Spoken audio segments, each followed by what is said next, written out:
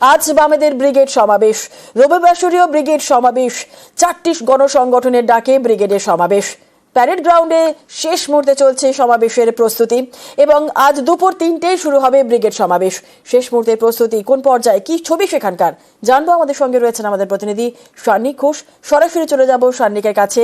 সান্নিক, রবিবাসরীয় সকাল, এই মুহূর্তে ব্রিগেড প্যারেড গ্রাউন্ডে এই মুহূর্তে শেষ মুহূর্তের প্রস্তুতি, অর্থাৎ ব্রিগেড সমাবেশ তো 3টে থেকে শুরু, তার আগে শেষ মুহূর্তের প্রস্তুতির ছবি কি চলছে সেখানে?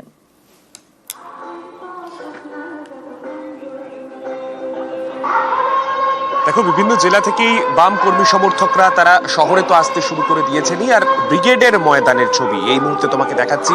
পেছনে মঞ্চ, যে মঞ্চ থেকে আজকে বক্তব্য রাখতে চলেছেন বক্তারা, সেই মঞ্চ বাঁধার কাজ একেবারে শেষ পর্যায়ে পৌঁছে গিয়েছে।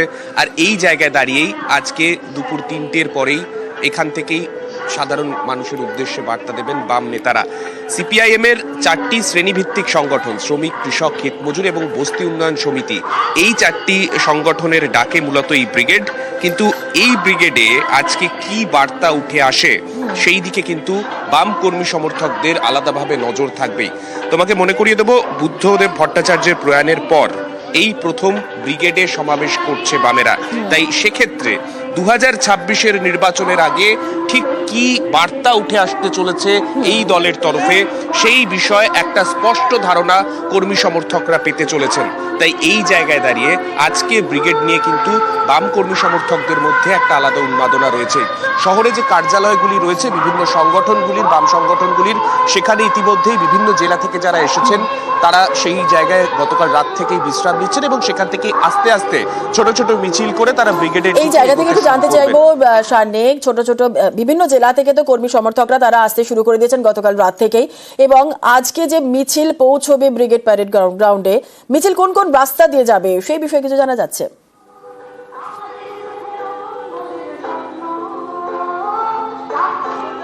এখনো পর্যন্ত জুনেলা, যেটা সিপিআইএম সূত্রে জানতে পারা যাচ্ছে, শহরের মোট 8টি জায়গা থেকে মিছিল করে ব্রিগেডের দিকে আসবেন বাম কর্মী সমর্থকরা। মূলত বড় মিছিল যেগুলি, 8টি জায়গা শহরের একেবারে প্রাণকেন্দ্রের খুব গুরুত্বপূর্ণ পয়েন্টগুলো, যেখান থেকে জেলা থেকে মানুষরা আসেন, এসে এক জায়গায় জড়ো হয়ে এই দিকে আসবেন, সেরকম 8টি জায়গা। তার মধ্যে হাওড়া রয়েছে, তার মধ্যে শিয়ালদা রয়েছে, ধর্মতলা, ভিক্টোরিয়া হাউসের সামনে থেকে রয়েছে, এক্সাইডের দিক থেকে রয়েছে, অর্থাৎ দক্ষিণ উত্তর সমস্ত দিক থেকে বড় বড় মিছিল আজকে ব্রিগেডের অভিমুখে আসবে।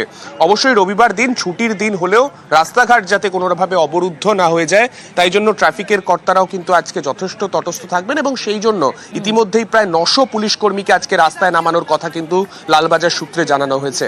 এই গোটা বিষয়ে আলাদাভাবে নজর রাখতে উচ্চপদস্থ আধিকারিকরা কলকাতা পুলিশের তারাও উপস্থিত থাকবেন এবং অবশ্যই বাম কর্মী সমর্থকরা, তাদের মিছিল, তাদের ব্রিগেড, এইভাবে তারা যখন এসে এখানে পৌঁছবেন, তারপর তাদের প্রত্যেকের অপেক্ষা থাকবে আগামী নির্বাচনকে মাথায় রেখে কি বার্তা দলের তরফে তাদের উদ্দেশ্যে দেয়া হয় সেই বার্তার দিকে।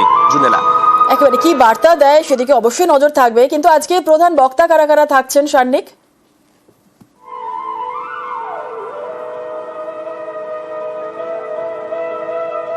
দেখো, সিপিআইএম এর তরফে যে বক্তাদের তালিকা দেয়া হয়েছে তার মধ্যে অবশ্যই মোহাম্মদ সেলিম থেকে শুরু করে দলের একেবারে শীর্ষ সারিতে যারা রয়েছেন তারা প্রত্যেকেই এখানে কিন্তু উপস্থিত থাকবেন। এখনো পর্যন্ত তেমনটাই জানানো হয়েছে।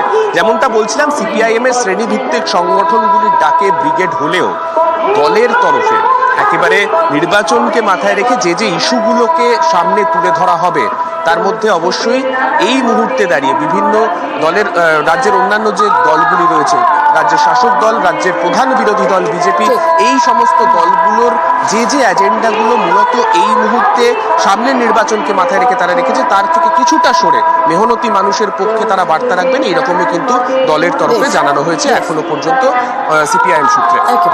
ধন্যবাদ সান্নিক।